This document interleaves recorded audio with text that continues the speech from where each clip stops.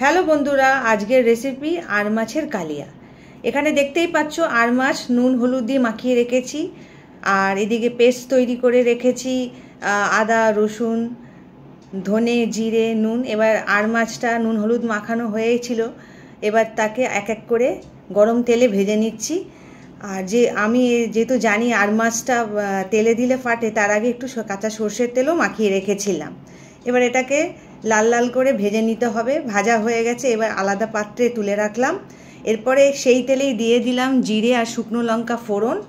এবার এটা একটু গরম তেলে ফাটার পরে তারপরে দিয়ে দেবো পেঁয়াজ আদা রসুনের যে পেস্টটা তৈরি করেছিলাম, এর মধ্যে ধনে জিরেও দেওয়া ছিল।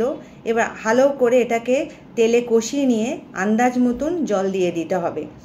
জল দিয়ে দিলাম, জল দেওয়ার পরে এটাকে ফুটতে দিতে হবে। তারপরে মাছ ভাজাগুলো এক এক করে এর উপরে দিয়ে দিতে হবে।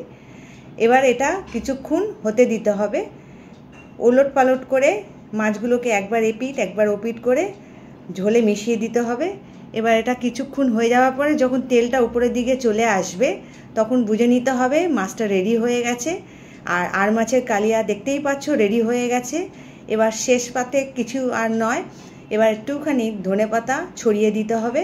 ব্যাস রেডি হয়ে গেল আর মাছের কালিয়া। এই রেসিপিটা তোমাদের যদি ভালো লাগে অতি অবশ্যই লাইক শেয়ার কমেন্ট করতে ভুলো না। Thanks for watching.